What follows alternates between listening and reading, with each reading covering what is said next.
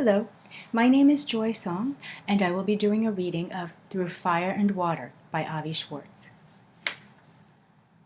Night had ended, and the sun was appearing over the Manhattan skyline.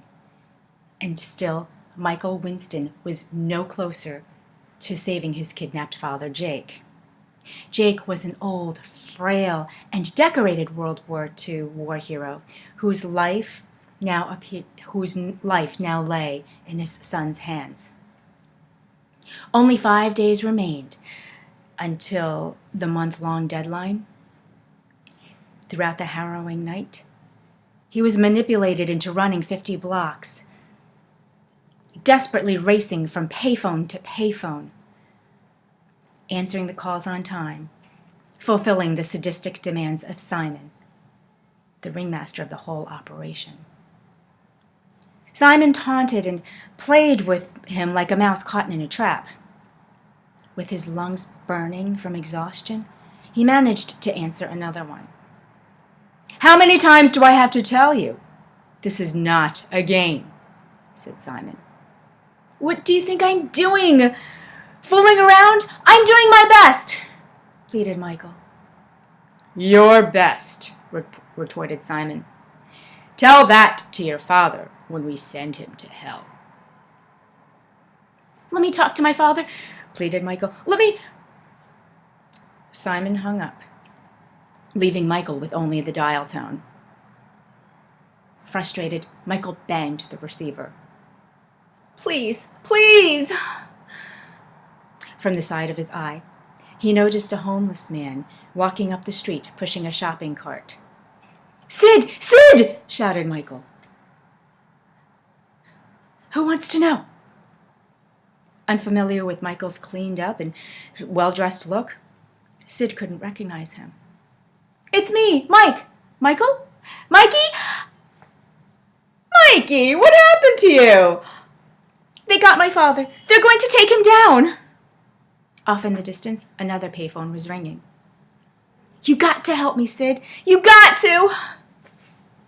Michael reached into his right-hand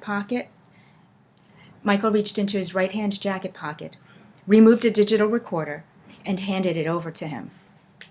Another payphone rang, chiming in harmony with the first. "It's all here. I got to go." Michael gave chase. Sid activated the recorder. Sounds of ferocious thunder, heavy rain, blustering wind, and Michael wailing were heard. It was the night of his father's death, 25 days earlier. Several hours had passed since Jake had passed on. The grief was infusing itself into Michael. A failed but brilliant man, Michael had been living on the streets for 15 years. Homeless, his only companion was his shopping cart, Marty.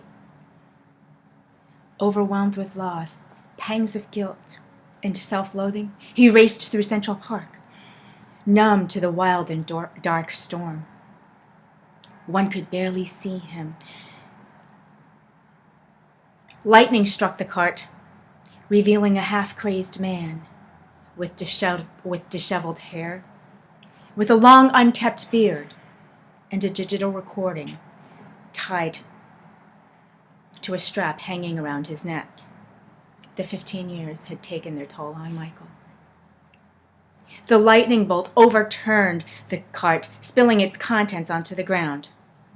In the center of the mess laid a framed photograph of a younger Michael in a college cap and gown, arm in arm with his father, a gentle but powerful man. Estranged from his father, Michael had never stopped thinking about him and how he had let him down. The photograph was the only reminder of his glory days and the future that he had hoped to achieve, but now was lost, since his father would never see his son succeed. As if his life force was in the balance, Michael quickly picked up the photo and kissed it. "Oh, Pops, Pops!" The ground began to shake wildly. An immense and menacing shadow quickly approached as the ground split. Michael hastily returned the contents into the shopping cart and began running for his life. A towering wall shot out from underneath, followed by 3 more trapping him. A beam of light descended and whisked him upwards through a tunnel that seemed to traverse billions of light years and worlds away, bringing him into a dark oval room. Standing in the center of the room, he began pacing back and forth, trying to overcome his fear as he calmed himself down by talking into his recorder. "Where am I?" A very bright spotlight shined into his face. Behind the spotlight, an unseen, mysterious light. Behind the spotlight, an unseen, mysterious figure commenced to speak. It was Simon. "Silence, Michael Winston. Silence." "We have your father," said Simon. "My father? My father? You're crazier than I am. My father is dead." "Maybe in your world, but this is the hereafter. Look."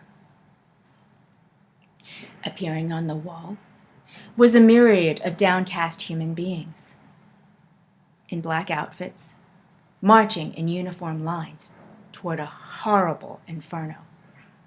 Among them was Jake. "Pops! Pops!"